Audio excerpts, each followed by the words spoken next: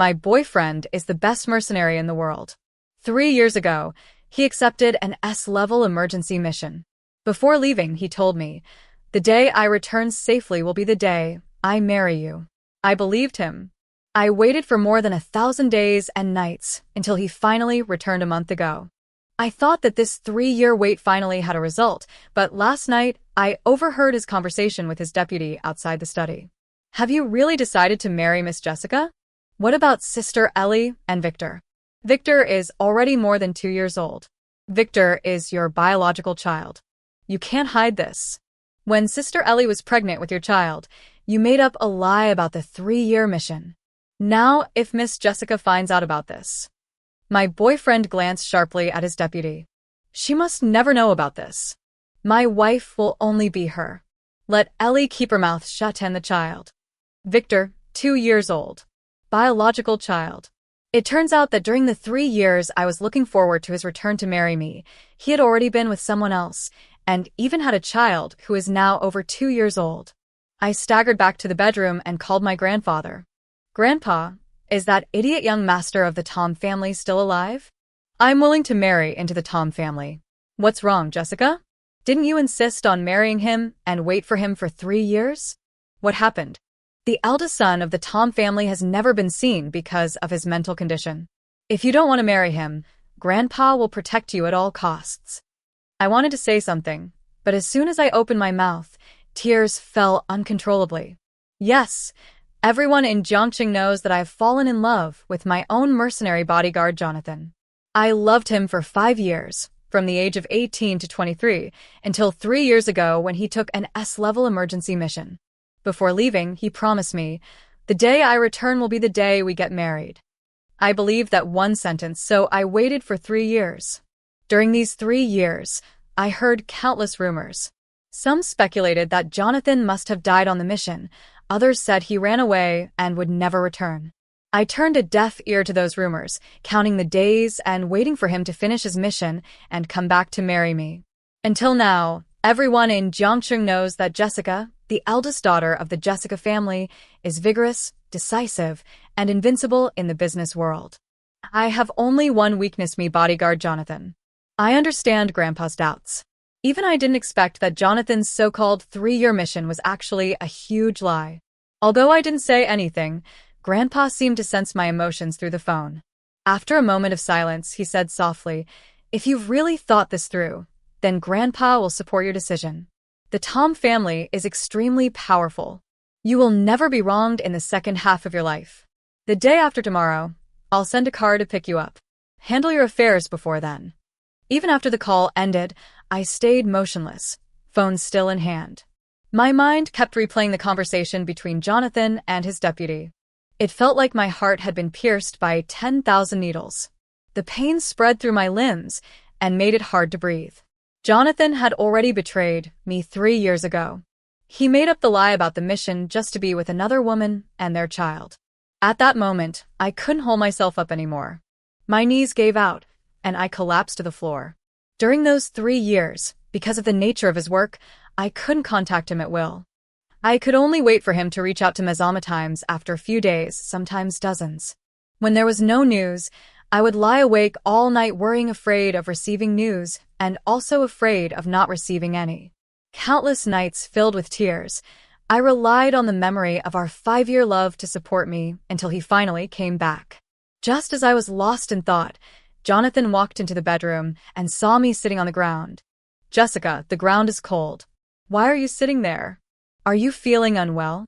His face was full of concern, his beautiful eyes filled with my reflection just like every day in the past. Whether during the 5 years before or the 1 month since he returned, Jonathan had always treated me well. I didn't want to believe the truth. I quietly locked my phone screen and forced a smile. Maybe I had low blood sugar. I felt a little dizzy. "I'm okay now." Jonathan looked relieved and gently helped me up. "Let's go to Sonia tomorrow. I'll ask my deputy to book the tickets. You've always liked the sea. How about taking our wedding photos by the shore?" He was as considerate as ever, but after what I just heard, his words only made me feel nauseated. "Not a good idea," I said. Jonathan was taken aback. He gently stroked the back of my hand. What's wrong, Jessica? Are you upset? Did something happen? Didn't we promise never to hide anything from each other? Hearing that, I finally couldn't hold it in anymore. I looked him straight in the eyes. Jonathan, are you really not hiding anything from me? He froze, then gave a soft smile. What could I possibly hide from you?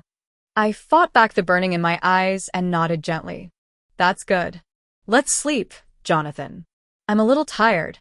Early the next morning, we were awakened by a knock on the door. Jonathan opened it and found a woman with red eyes standing outside, holding a toddler around 2 or 3 years old. Jonathan, the child cried for his daddy all night and wouldn't sleep. You told me not to come, but I couldn't take it anymore. Panic flashed across Jonathan's face. He instinctively turned to look at me. Jessica, don't misunderstand. This is Ellie, our team's doctor.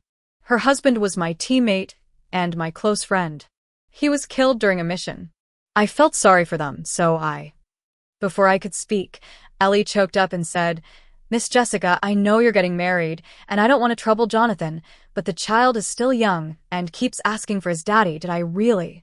I interrupted Ellie directly, looking straight at Jonathan. The child wants a daddy, Jonathan. Are you his daddy? Jonathan glared at Ellie and then explained to me. Of course not, Jessica. The child is more than 2 years old. How could I have a child this big? It's just that Victor's father died to save me, and I've been taking care of them and their child. He thinks of me as his daddy. These are all misunderstandings. I looked closely at the child's eyebrows and eyes, and although he was still young, his facial features were extremely similar to Jonathan's. Grandpa will come to pick me up tomorrow night, and I don't want to cause any trouble. I suppressed the pain in my heart and nodded. I believe you. You take good care of them. I'll go upstairs and sleep a little longer. I turned and went upstairs, and Jonathan followed closely behind me. Jessica, are you angry? Don't worry, I will never let them affect us. But before Jonathan could finish speaking, Ellie choked up and spoke again. Her voice was so pitiful. Jonathan, in the month since you left, the child hasn't eaten or slept well and has developed health problems. I want to take him to the hospital for a thorough checkup. I'm unfamiliar with this place. Can you take us to the hospital? You know I have nothing left. I only have the stars. If anything happens to him, I really can't live anymore. I turned my head to look at Jonathan. Jonathan didn't answer for a long time, but his eyes betrayed his thoughts. He was worried about the child. I nodded slightly. The child is still young and being sick is a big deal. You should accompany them to the hospital. After all, their father died saving you. Jonathan's face visibly brightened, and even his tone became a little lighter. Then I'll accompany them to the hospital for a checkup and come back. Jonathan, thank you. Thank you for understanding me. After saying this, Jonathan turned around, walked to the door, and took the child in his arms. His movements were incredibly skillful. Jonathan was so anxious, he didn't even have time to change out of his pajamas. I looked at the child leaning on Jonathan's shoulder, then at the backs of the 3 of them walking away. My heart felt like it had been thrown into a bottomless abyss, sinking again and again until there was no sound anymore. It was not until it was completely dark that Jonathan and Ellie brought the child back home. The whole day, I stayed in my room, not moving an inch. When Jonathan walked in, his face was filled with guilt. My heart trembled violently, and I instantly had a bad premonition. Jonathan spoke in a calm voice. Jessica, the child's condition is not very good. The doctor said he needs long-term treatment. They don't know anyone else here. Look, this house is so big. Can they stay here? I closed my eyes tightly, trying to suppress the bitterness in my heart. Before he left this morning, he clearly promised he would never let them affect our lives. But now he wanted to bring Ellie and her child back to live with us. When I opened my eyes again, they were clear. I was about to speak, but I saw Ellie already standing at my door, holding the child. Miss Jessica, don't blame Jonathan. He's just worried about the child's health. When the child was still in my belly, Jonathan took on the responsibility of a husband. It's normal for the child to rely on him. He's still young. I can't explain to him that Jonathan is not his father. But if you're really unhappy, I can just take the child and leave. Ellie kept talking, but my eyes were drawn to the necklace on the child's neck. My breathing became rapid, my hands tightly grasped the quilt, and my tears fell uncontrollably. I looked up at Jonathan. My voice was so hoarse it scared even me. "What is that on the child's neck?" When I was 16, my grandfather hired Jonathan to be my personal bodyguard at a high price. I wasn't in danger, but when I turned 18, Jonathan was hunted by his enemies. At a critical moment, they aimed at each other. In a flash, my body reacted faster than my mind. I rushed forward and blocked the fatal bullet for Jonathan. His enemy died on the spot, and Jonathan survived. The bullet missed my heart by only half an inch. When I woke up in the hospital, Jonathan was lying beside my bed, eyes red, voice choked. "From today on, my life belongs to you, Jessica. I will never let you down." He made the bullet removed from my chest into a necklace. While holding my hand, he kissed the bullet devoutly. "From this second on, I will always remember that my life belongs to you. This necklace is your amulet. As long as I live, it will always be with me." I don't know if Jonathan's red eyes were too sincere that day, or if he kissed the necklace too affectionately. All I know is that my heart melted like the ocean that day. But now, the necklace Jonathan swore never to part with was quietly hanging on the child's neck. Jonathan stood there for a long time, seemingly at a loss for words. In the end, he said nothing. However, a barely noticeable look of pride flashed in Ellie's eyes. "You're talking about this necklace? I gave birth prematurely, and the doctor said Victor was in danger. Jonathan gave him this necklace because he was worried. The child has been wearing it since he was born. But don't tell me this necklace really works. The child has been growing up." Ellie hadn't finished her words when Jonathan interrupted her coldly. "Enough. Shut up." He grabbed Ellie's arm and dragged her out. The child was frightened and cried loudly, but I didn't have the strength to care anymore. My mind was full of Ellie's words just now. Jonathan hadn't come back yet. I didn't know how long it had been. A dirty voice reached my ears. I threw off the quilt, got out of bed, and followed the sound out of the room. The voice came from Ellie's room. The man's voice was full of lust, though he tried to restrain his hoarseness. "Don't do this. Jonathan is still at home. It won't be good if she hears us." The woman's voice was so seductive it could melt bones. "No, I've closed the door. She won't hear a thing. Come on, Jonathan, it's been so long. Don't you miss me?" What followed was expected. Just as the atmosphere reached its peak, Ellie, beneath Jonathan, turned her eyes and met mine. Looking at Ellie's slightly provocative eyes, what else didn't I understand? Ellie did it on purpose. She said she closed the door of the room, but the door was clearly open. She did it on purpose. She wanted me to see it all, to discover the relationship between them. I lowered my eyes and closed the door for them. The next morning, when I went downstairs, Victor was the only one at the dining table. He was holding the small bowl obediently and feeding himself one spoonful at a time. When he saw me going downstairs, he smiled with his eyebrows curved. "Andy, Jessica, are you awake? Do you want some porridge?" "Seafood porridge, it's delicious." But before he finished speaking, he seemed to suffocate. His whole little face turned red, and he fell heavily from the chair with his hands covering his mouth. I was stunned by this sudden scene and hurried forward to check on his condition. After all, things between adults have nothing to do with children. I couldn't just watch a child struggling in pain in front of me. But Ellie's scream exploded at this moment. "Jessica, what are you doing?"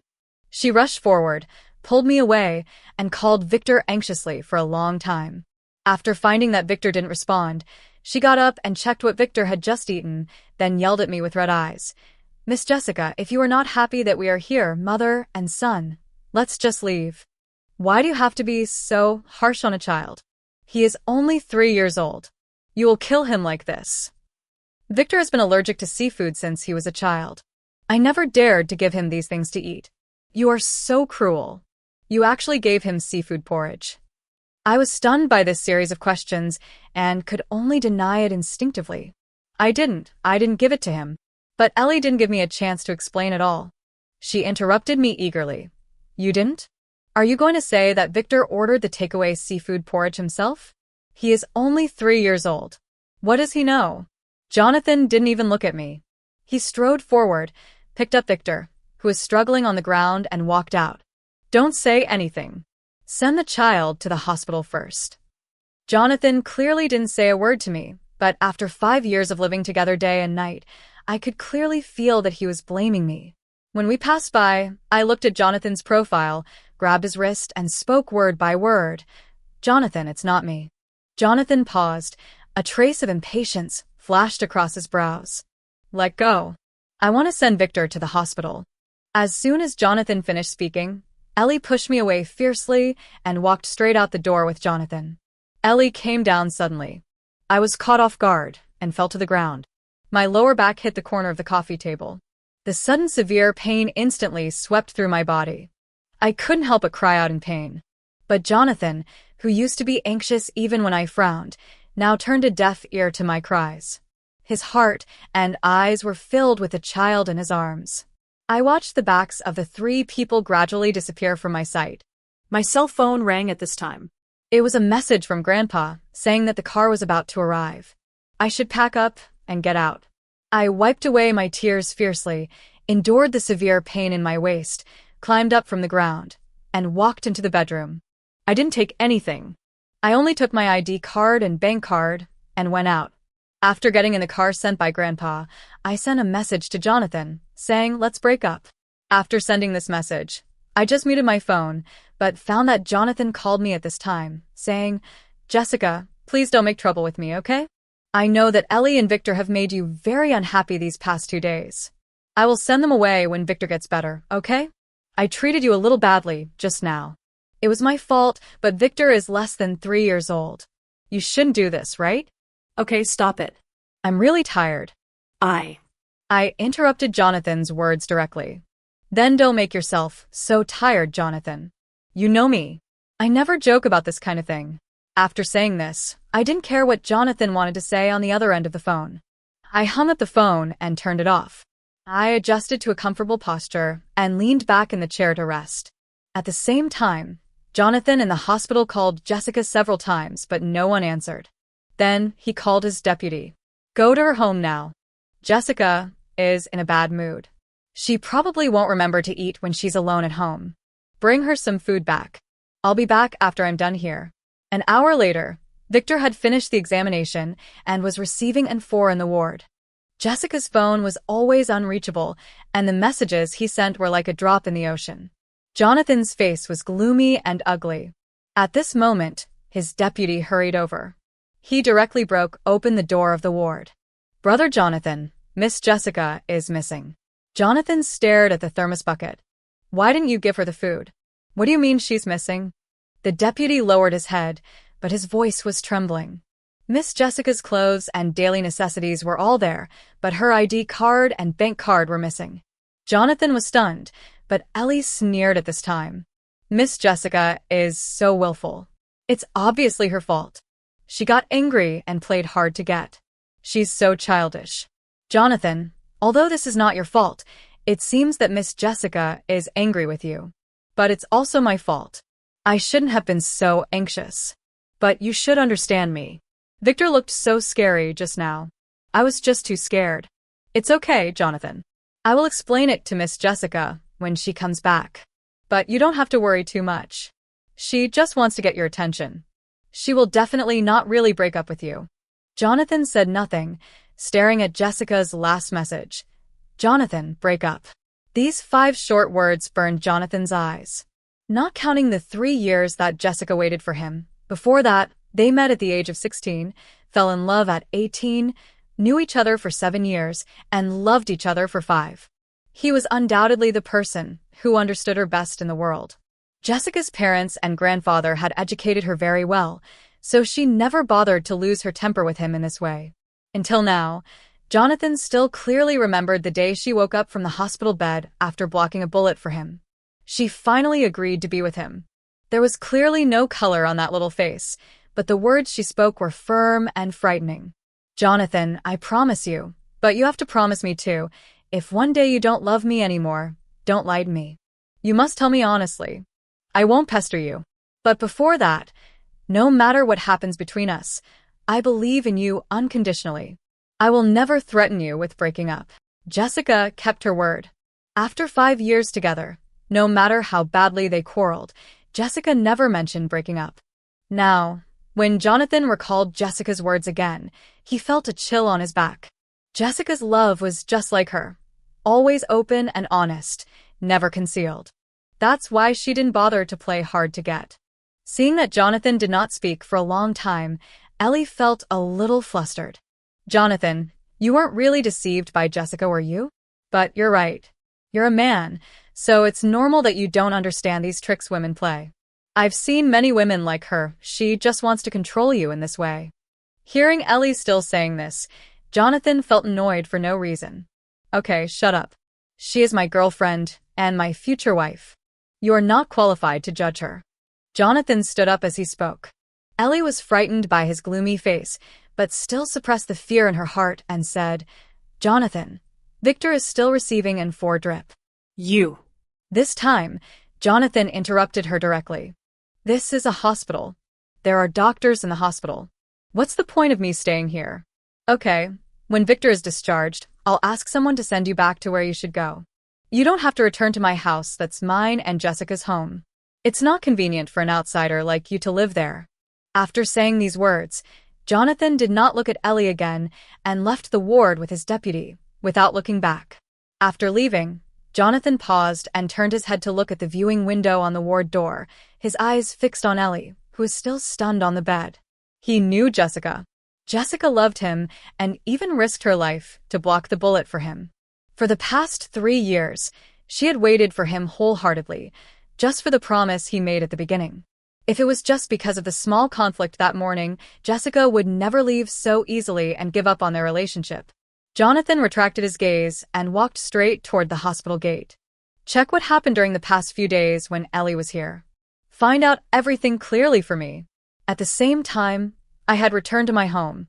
Facing my grandfather's concern, my nose turned sore and tears almost fell. After chatting with him for a while, I returned to my room and turned on my phone.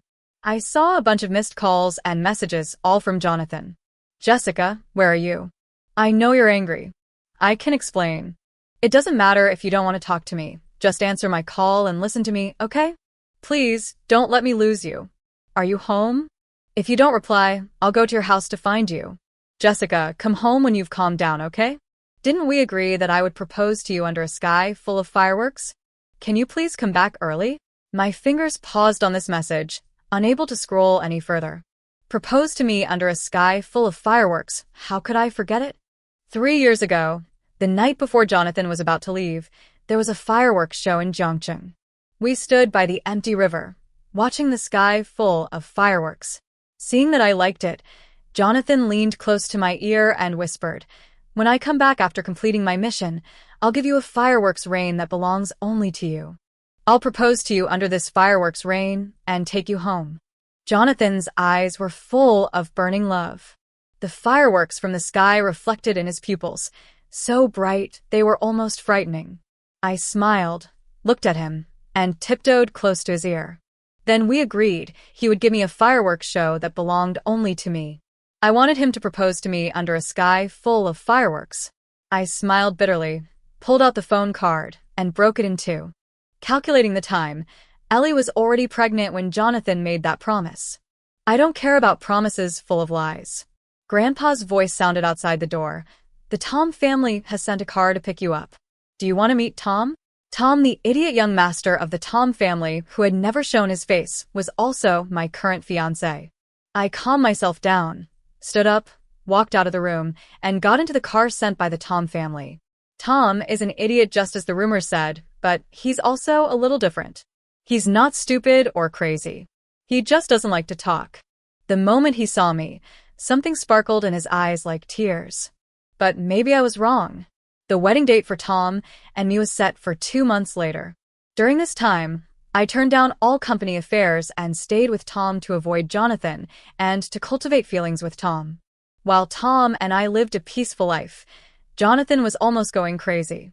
He had ignored the organization's affairs for a long time and stayed home all day. It wasn't until a whole week later that Jonathan asked his deputy to pick up Ellie. Ellie thought Jonathan had calmed down. After all, they had a child. She didn't believe Jonathan would really ignore her, so she happily went to the appointment. Jonathan, you finally figured it out. Is there any news about Miss Jessica? I told you. She definitely won't really break up with you. What I said at the beginning was true, right? I've seen a lot of women like her.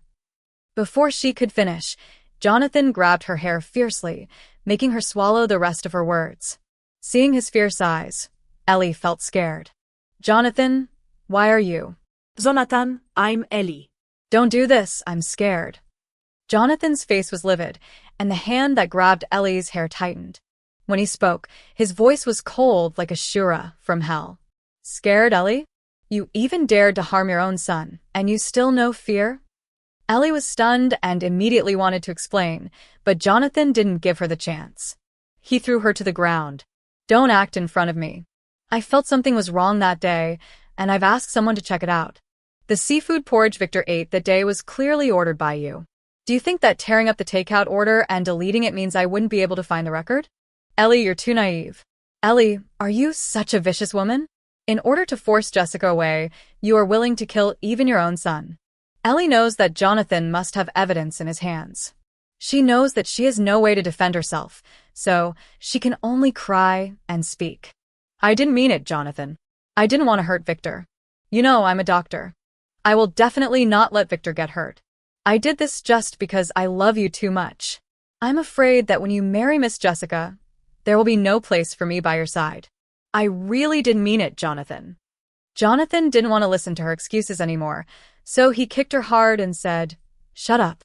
By the way, I forgot to tell you that I also retrieved the surveillance footage from the corridor of our house. Before you deliberately seduced me that night, you quietly opened the door of the room in advance. You just wanted Jessica to find out all this. You wanted to force her to leave on her own. Ellie, do you really want to be Mrs. Jonathan? Are you so afraid that Jessica will block your way? Jessica cried and begged for mercy. I really didn't mean it, Jonathan. It's all because of the child. The child is too young. He can't live without a father. I really didn't mean to destroy your relationship with Miss Jessica. I just love you too much. Jonathan closed his eyes tightly.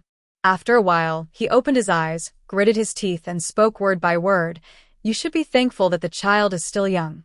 Otherwise, I would have killed you. Jonathan did not look at Ellie again. He turned his head and looked at the deputy beside him. Send her back. She is not allowed to appear in front of me and Jonathan without my permission in the future. The whole villa was filled with Ellie's crying for a long time. I was completely unaware of the chaos on Jonathan's side. Now, Tom and I are living the life of an old couple. During this period of time, I have been living in Tom's garden villa. Every day I accompany him to bask in the sun, write, and paint. Life is so comfortable. I have to say that the time I spent with Tom was a rare time for me to relax and feel at ease. Sometimes I looked at Tom's handsome profile and thought that if life could go on like this, it would not be bad. At least fools would not deceive me, let alone cheat. I haven't thought of Jonathan for a long time, until today, more than half a month later. I don't know where Jonathan found my new contact information, and he started to send me messages nonstop. Jessica, where are you? Can I come pick you up? Let me explain to you in person. I was wrong. I really know I was wrong. Can you answer my call? Your grandfather said you were going to marry that idiot from the Tom family. Why? Don't you like me? Why did you marry someone else? Please, Jessica, can you please say something to me? I beg you. The messages came one after another, and I was fed up with it, so I blocked his number. I thought the world could finally calm down, but the next morning, when I came back from my morning run, I saw a familiar figure outside the Tom family villa. As soon as he saw me, Jonathan couldn't wait to come up to me. Jessica, I'm here to take you home. Jonathan's appearance made me lose my mind for a moment. His hair, which he usually groomed carefully, was scattered messily on his forehead. His eye sockets were sunken, and his chin was covered with dense stubble. He no longer looked so spirited. I didn't say anything, turned around, and wanted to go into the house. Jonathan grabbed my wrist. Please, Jessica, say a few words to me. I paused. Jonathan, I have long run out of words to say to you. Seeing that I finally spoke, Jonathan's tone became obviously happy. Then listen to me. Jonathan, I have already sent Ellie and her son away. I know that I was wrong in this matter. It's all my fault. Give me another chance. We will be the same as before. I am here to pick you up today. I took a step back and broke away from Jonathan's hand. Pick me up? Where are you taking me to? What are you taking me to do? Take me to continue watching you and Ellie having sex in bed. Jonathan's shoulders were startled, and he hurriedly wanted to deny it. No, Jonathan. That's not what I meant. What happened that night was a misunderstanding. It was me who lost control. I promise that this will never happen again. Please forgive me. As for Ellie, I have already made it clear to her. It was me who was ignorant and hurt you. I know I was wrong, but other than that, she and I really have nothing to do with each other. I couldn't help but sneer. Jonathan, do you take me for a fool? I heard everything you and your deputy said in the study the day before Ellie came home. Victor is your child. What exactly is your so-called 3-year mission? You know it better than me. Until now, do you still want to lie to me? Jonathan's face turned pale, and his lips trembled for a long time, but he couldn't utter a word. At this moment, a pulling feeling came from my wrist. A figure protected me behind him and confronted Jonathan. Mr. Jonathan, what do you want with my fiancé? Seeing Tom's protective action, my eyes were sore and tears almost fell. In the past 3 years, I have endured so many frightened nights alone. It has been a long time since he protected me like this. Jonathan was angered by Tom and questioned me loudly. Tom, aren't you a fool? Jessica, you said so much. This is the reason why you don't want to forgive me, right? I came to my senses after hearing Jonathan's words. Yes, isn't Tom a fool? But now his eyes are clear, his face is full of confidence and pride, and there is a trace of possessiveness towards me. He doesn't look like a fool at all. But now Jonathan's eyes are bloodshot. I have known him for so many years. Knowing that his current appearance meant that his emotions were about to get out of control, I was too lazy to argue with him anymore. I pulled Tom and wanted to go back to the house, but Jonathan stopped me at this time. Jessica, I'm asking you, is it because of him that you don't want to go back with me? Do you like money so much? Just for money, just to marry into the Tom family, are you willing to marry this fool? You should open your eyes and see clearly. This is a fool.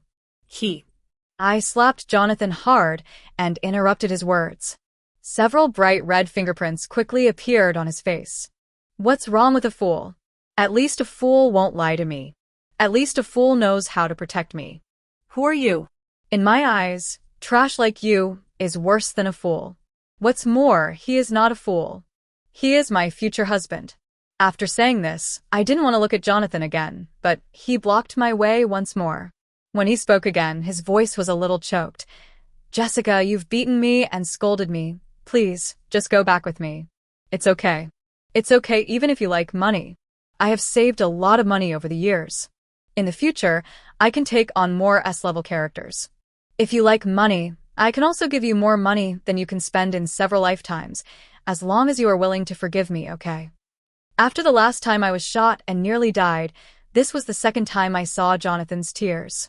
I was a little surprised and stood there, but Tom's voice rang out again at this time. I came to my senses and held Tom's hand, preparing to go into the house. The second before pushing open the gate, I stopped. It has nothing to do with anything else, Jonathan. I just simply don't want you anymore. After returning to the yard, Tom's face was still very ugly. I reached out and smoothed his forehead. He is an insignificant person. Don't be unhappy. I won't ask about your secrets now. Tell me when you want to, okay? After hearing what I said, Tom's tense shoulders suddenly relaxed, and he hugged me in his arms. He didn't speak for a long time. I don't know why, but I didn't see Jonathan again until the wedding. The wedding came as scheduled. Everything was just as Tom and I had planned. The whole place was full of flowers, like a dream. With the blessings of the guests, we walked towards the priest on the stage step by step. After exchanging rings, the priest looked at us lovingly and asked, "Are you willing to stay with each other for the rest of your lives?" But before we could answer, the noise outside the door attracted everyone's attention. Murder. Come quickly. Is there anyone? Hearing this voice, everyone stood up and looked outside the door. Tom and I looked at each other and hurried outside. The people outside the door were Ellie and Jonathan, who had appeared out of nowhere. Jonathan held a dagger in his hand and was stabbing Ellie again and again. Ellie had already fallen in a pool of blood, her life or death unknown. Jonathan seemed to have lost his mind. His eyes had lost focus, and he just mechanically repeated the movements of his hands again and again. I'll kill you, it's all your fault. If it weren't for you, how could I have fallen to this point? You go to hell. Go to hell. If you die, Jessica won't be angry with me anymore. Jonathan looked too crazy, with a dagger in his hand. For a moment, no one dared to step forward to stop him. After stabbing Ellie for an unknown number of times, Jonathan finally stopped, and his eyes regained focus. With a clang, he threw the dagger on the ground, stood up with a strange smile on his face, and walked towards me step by step. Jessica, this is dead. Don't be angry. Didn't we agree to be together forever? Didn't you say you would wait for me? Let's go in and get married. We'll be together for the rest of our lives. His face was covered in splattered blood, and his clothes were dripping with blood. He looked horrifying. I was frightened by his appearance and took a step back unconsciously. When Jonathan saw my action, he put away the smile on his face and looked at me fiercely. Jessica, are you hiding from me? Are you afraid of me? How can you be afraid of me? Didn't you say you loved me? Okay, Jessica, I forgive you. Come to me. Seeing that Jonathan was not in a good state, Tom protected me behind him and winked at the bodyguards beside him. The bodyguards rushed up and suddenly pressed Jonathan to the ground, locking him tightly. Jonathan was still struggling desperately. He was still shouting and roaring. Jessica, why did you leave me like this? I can give you whatever you want. Why did you betray me? And you, Tom, aren't you a fool? You were pretending. Did you do it on purpose? You have been eyeing her for a long time. You have wanted to snatch her away from me for a long time, right? I will kill you, Tom. I will kill you. Tom winked at the bodyguards, and the bodyguards dragged Jonathan away like dragging garbage. After the matter was settled, Tom saw that I was still standing there in a daze, so he carefully took my hand and said, "Don't pay attention to him. He is crazy, and what he said is nonsense. But he is right about one thing. I have been eyeing you for a long time." A week later, Jonathan was detained by the police for intentional homicide and awaited sentencing. Tom and I also boarded the honeymoon plane. On the plane, I finally learned about what had happened to Tom over the years. Tom's parents died unexpectedly when he was 8 years old. The Tom family is snobbish and complicated. In order to protect Tom's safety, Grandpa announced to the public that he had become a fool due to the shock of his parents' death and kept him away from the center of the Tom family's vortex. It was not until Tom had the ability to take over the Tom family and protect himself that he made the truth public. I listened to Tom's story quietly. Before I could react, Tom had already stretched out his hand to me. In his palm were 2 white rabbit candies. I raised my head abruptly and stared at the man in front of me. He smiled slightly. When I was 7 years old, I met a 5-year-old girl. I used 2 white rabbit candies to coax her to be my wife in the future. Jessica, I love you, deeper and longer than you can imagine. Jessica, thank you for finally coming back to me. I hugged Tom tightly. I felt more at ease than ever before. I should thank you, Tom.